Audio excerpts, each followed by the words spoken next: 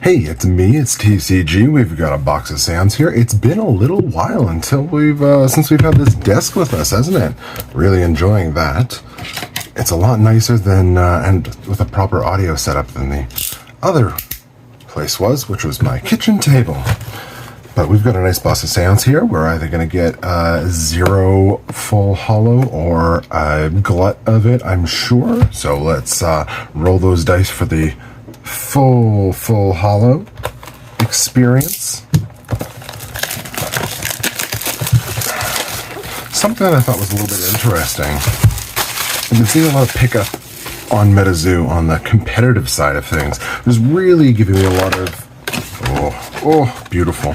Really giving me a lot of hope. And not only that, but we've seen a lot of pickup outside of, I think, people that are just interested in playing the game. And I mean, aside from, obviously, people that are busy investing, but there we are. But I think we've seen a lot more of people that aren't necessarily interested in grabbing the cards or collecting the cards in themselves, but still like to buy the cards. I actually talked to someone in the Argos Anon Discord, the Oasis. You should all join. A very wonderful community there. Couldn't ask for better, really. And yeah, Argos guy is pretty good himself. But there was someone there that said they really wouldn't have been. All right, first pack. Let's find out. These are not NFT boxes, so these are going to be, mappable isn't the right word. You know what it is. The whole fiasco where these packs, the packs of the same art will all be the same chance of getting, or not chance, they'll be the same guarantee of getting a hollow foil or not. So if this Sloss Furnace dude is full hollow, then we know that the rest of them in this pack are going to be full hollow. So, cross your fingers. But in the Discord, I forgot to get a bucket to throw these things in. Well, floor it is. Who said that he was not really interested so much in playing the game anymore or collecting anymore, but he really liked skateboards. So we got a reverse hollow there, which is, not the best, but that's fine. Reverse hollow, it's still a hollow, right? And so it was, I guess I should probably toss these down where they go. Say that's that, and the rest can go like so. Oh man, I'm gonna split these up. It's always so annoying when you're collating everything later to split them up into the tokens and the aura and everything. It's easier just to do it when you're here. But anyway, I digress. So yeah, he really liked the skateboard stuff. So Bearwalker got him back in, and Revive has always been a big deal for him, which I find really interesting, because that's kind of seeing the beginning of what MetaZoo wanted with all the different verticals coming together finally to, oh man, the art in Seance. Big fan. Finally coming to a culmination. There we go. And I don't know if the Aurifacts have hit the reserve list yet, but I do know that that's been the common thing of MetaZoo, is that, what order did I put these in? This goes here, token goes here, Terra goes here, Aura goes there. Okay, ooh. And which one was that? I'm gonna keep it a surprise. If you remember which pack I just opened, those ones will probably all be full hollow. Anyway, yeah, they had, I remember when MetaZoo only had like a Nightfall coming out, Mike was doing a round of interviews and he said he had 52 verticals that he was going to do. Vertical being a different group of products. Nice, another hollow, looking solid, a cool little Froglock dude, not copyright infringing, and it was kind of abstract. I believed in the idea of it. Obviously, I'm still around, but it was hard to see why that's important. And I think it's more than ever, we're seeing something really interesting about it, where it's a little Mothman. They should sell these. We're seeing more and more of why that was a good idea in the first place. So you have Flesh and Blood, which is doing amazingly right now. Everyone's talking about Flesh and Blood. It's the hot thing. And it's backed solely on the gameplay of it. So if you don't like the gameplay, you don't like it. That's not your thing. The gameplay is a pretty good thing for a TCG to be, based off of. Fair enough. But I really wonder if they're going to keep being able to grow past much of kind of the saturation that they have, because you see right now the community, a lot of the same people are coming back to the community. I went to the Canadian Discord for it, and I see a lot of the same people talking about the sets over and over again. And there's new people. It's not stagnant. I'm not going to say that. Woohoo! Nice full hollow Alaskan ice monster. I love the new hollows. They just really make it pop. And I really wonder if it's going to be able to push through that stagnation. I hope it does. I think Flesh and Blood, it's not my game. I think it could become that. It has a lot of potential, but I don't know. I don't feel it's living up to that yet. But no, give it time. They got a lot of years in the tank if they're gonna keep going. But anyway, contrast that to MetaZoo, where things are kind of flagging. It hasn't kind of pulled out with the old product of its recession level yet, but Seance is holding strong. Seance is doing great. And that's because they've reduced the print run a little bit, and people really like buying MetaZoo. But more than that, if you take a look at a lot of the promo things that are being run, which, not a lot of people would be, because it's almost exclusively direct to customer, I think, through the Discord and the store, but, probably through just the different social medias. They're not going to find them in your local game store. Then you'd see that this limited pool of dedicated players is still buying everything up, and people are buying in less amount in MetaZoo as well. You can talk to any of the big sellers to kind of, oh man, I love just the Black Mass situation, the whole art style that they've had for that sort of thing. So nice. I should hold these up higher so that I'm not refocusing the camera constantly. So, right, these are all in this pile. What am I trying to say? Just that I see a lot of potential in MetaZoo's strategy to be pulling, there it is, speak of the devil, Black Mass. I see a lot of potential of MetaZoo to be able to pull ahead of the pack when it comes to punching through to new markets. And I think that's a big deal, because, if you're just relying on your local game store, I mean, those are good. It's Christmas Eve. Those are good, but you're going to be competing directly with the big popular things in the store. You got your Magic, you got your Pokemon, you got Yu-Gi-Oh, you got all the other ones. Oh man, I think it might only be one pack. This might be a what is it, 8, 9... a hollow box. Don't care. Still fun to open.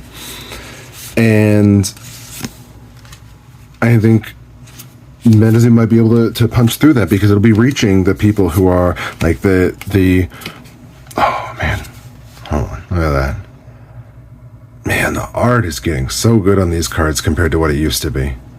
Look at that. The not Sinkhole Sam, Walking Sam. Just like terrifying. Can't wait for the SCP set. That's actually a really good job, me. You'd say that was a planted question. Now, the SCP set, people have started talking about it. That's the Halloween set that's going to be coming out this year. It's still a long way away, but it's coming up. And you see people talking to their friends online that know nothing about MetaZoo, but they love SCP, and it's a great in to be like, hey, you know, they're going to be making a set in this cool card game that I play that will have SCP cards in it, and I get, you know, I ain't mentioning it, but people buy friggin' like Garbage Pail Kids and cards for, I don't know, like Marvel superheroes that don't even have a game. People will buy, like, SCP is a big culture online. It's a big community, and I think being able to tap into that, just like they do in many other markets, like the skateboard market with Bear Walker and Revive, or just the normal Halloween sets we had this year. The Halloween set didn't take form of just single boosters or a small box or anything like they have in the past. I pull it out. My stuff is just over there, but it's not accessible right now, unfortunately. And they made a box that came with a Halloween mask and a handful of these packs of, I think they were singular cards. I think there were 20 packs of one card each, and that way you could hand them out to kids that came past.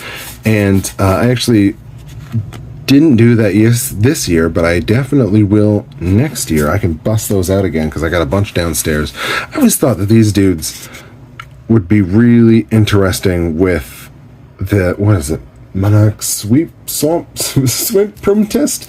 That I do have on hand here. There we are. Now, I don't remember if I remember this very well. You know, she generates zombie tokens, and these guys generate, also allows you to place the Swamp Priestess right on the thing, but allows you to summon more of these dudes. And I feel like there's a token deck kind of thing going on there somewhere. Darkness Water. Anyway, I think there's a lot of opportunity to get people who aren't into MetaZoo, as, you know, knowing the card game. Because it's a niche community. You know, it came after Flesh and Blood, and at that point it's kind of gates down. Things that came after MetaZoo, or honestly even before Flesh and Blood, are not faring terribly well. Now that's some shiny artifact. Love it. Reminds me of the Hope's Diamond. Oh man, I'm salty about the Hope's Diamond. I almost got a playtester version of the Hope's Diamond, and I did not value it as much as I should have, and I passed it by, and it went for like not very much money. The playtesters, man, I should do another video about this. I wonder if Argos probably has, but the playtesters, they are the Nightfall. We don't know how many of the playtesters were in the other groups, but we know Nightfall had 35 decks that were sent out to people to do playtesting. And that means that if there are cards that are one of in a playtester, in the set, like your Mothman, like your River of Time, which I actually have a River of Time playtester. I'm super psyched. I gotta do a video about that soon. I do short form videos that I show off some of the rare stuff that I get on mail day. Hey, that guy's on the pack art. The Black Dog of Hanging Hills. I have not bothered to read this card at all. I'm sure it's super cool though. Save that for another time. So when you have these one-of cards, and there were only 35 decks made, that means there's only 35 of those cards. So I have River of Time, which, another thing I need to make a video, not just because I have the playtester that came in the mail day, but also because, boop, boop, boop, because I have, I actually wrote an article on Argos's website about, did I send that in yet? I don't even know. He takes a while to post these things, about the different cards in MetaZoo and how they compare, just for fun, to Magic cards. I don't think there's any huge significance to it, but it's interesting, and you can easily draw some comparisons for River of Time to something like Time Walk, obviously, which is part of the Power 9 in Magic. So there's a lot of potential for some of these older cards, and you know, if you've been around with MetaZoo for a while, I think you know, because so many of these getting so many of these orbs now. I think when Nightfall first came out, people looked at River of Time and saw take an extra turn, and we're like, oh, okay, I'm gonna buy as many of these as I can. Like, that's so obviously just waiting to be broken. But if you have the playtester version of it, that means you have the silver bordered version that there's only 35 of in the whole dang world. And that's pretty interesting.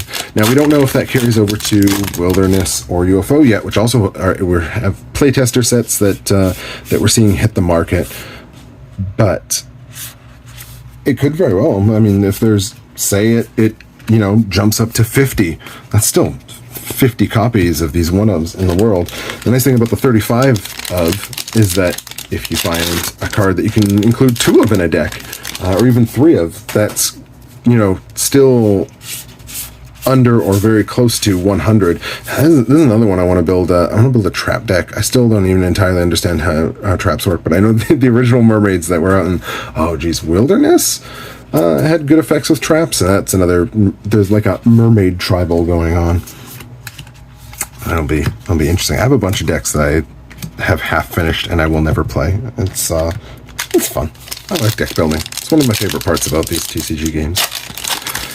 But I just love, I love the rarity of these things and the fact that not just rare, because there's a bunch of cards that are rare that are worth, not much, and rarity isn't the single determiner of what something's worth, and a really easy to trap to fall into for new collectors, I think. But there we are. Chaos Orb.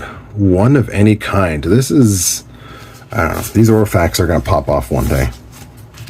Just the way they work is a little different than Magic, which makes them not quite as impactful, but it's, I think MetaZoo's got a long life in front of it, and you're going to look back on some of these legacy cards and you go, how did they even print that? How did they get away with that when they interact with some of the newer things?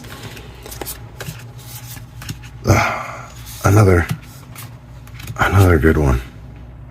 Man, these tokens, some of this great art is like lost on just these tokens. I'm gonna have to build a deck that uses this very specific, what is it? Dibuk token? There's probably a better way to pronounce that. Oh my god, that's embarrassing. I'm gonna have to step up my game for native, or I will have to mute all the audio because I will pronounce things so poorly. Oh yeah, the Humple Dumple. Everyone loves a Humple Dumple. I have no idea what this card does. I just love the art. I love this goofy potato man. Oh, it's so good. So, yeah, and I still remember, man, I remember when I picked up a sample Razor Leaf. The cards that, or sorry, it wasn't, sample. So those ones to keep close on hand. Those aren't the playtester. There's 100 of each sample. And people were really down on the non-hollow versions. Everyone's talking about the hollow. You gotta get the hollow. Get the hollow Mothman. Hollow. And to be fair, yeah, probably you should have. But at the same time, you could get the non-hollow versions for dirt cheap. Just ridiculous. And there's another Froglock. Love him. Wonder if he'll make it into the Swamp Priestess deck. No idea if he's even any good. And so I looked online. I'm like, well, I can't afford a hollow, especially with the height of the popularity of these TCGs. So the height of the bubble, rather, of these TCGs. So it's just a ridiculous investment to get into something like that. And they've fallen since then. Prices have crashed, rightfully so. Like if you did not recognize that was a bubble when people were paying tens of thousands of dollars for these cards, for a card game that was like what, a year, 2 years old at this point. Oh no, I gotta collect a few of these. There are only 3 of, but spooky art, and you get to take control of it. That's another. In Magic, I love the decks where you just got to steal all the opponent's stuff. Not very good. But man, just at the right time, just those key moments, it really turns the tide on things. And it feels good in a way that I can express in another video. tickles me deep inside, like few people have. I was talking about, oh yeah, the samples. So I pick up razor leaf for like $200, like less than, and a couple other ones for, you know, that was the lowest I've ever seen. So probably not that low since. There you go. There's another space rock. I used to have none of these. Now I'm drowning them. Can't get enough of them. Yeah, and a non-hollow one that I can actually not be scared to put in a deck. And yeah, now they've I guess the short of it is they've jumped up in price too, which has just been really incredible to see. Incredible to see. You know, I'm bullish on MetaZoo, not gonna lie. Here's your surprise at the end of the video. Now that I've got you hooked on being a huge investor of MetaZoo. Yeah, I'm biased. I'm taking out. Ooh, I kind of opened that badly. I hope I didn't wreck any cards. I'm taking a risk on it. I know it's a new TCG. We've now just seen, probably do another thing on this, but seen Genesis, see my other video on Genesis, I'm sure, and that just closed down suddenly in a really strange way. So, you know, it shows these games can just disappear. And you know what? If Mike Waddell decides he doesn't want to do MetaZoo anymore tomorrow, there's no more MetaZoo. I mean, the fans will pick up some of the slack, but it's the cards would just dump overnight. Like, you would see so many people selling and failing to sell and very few people buying. Man, I wish I had a full, I don't think I have a full hollow of the Chibi Babe, the Blue Ox, but it would be nice.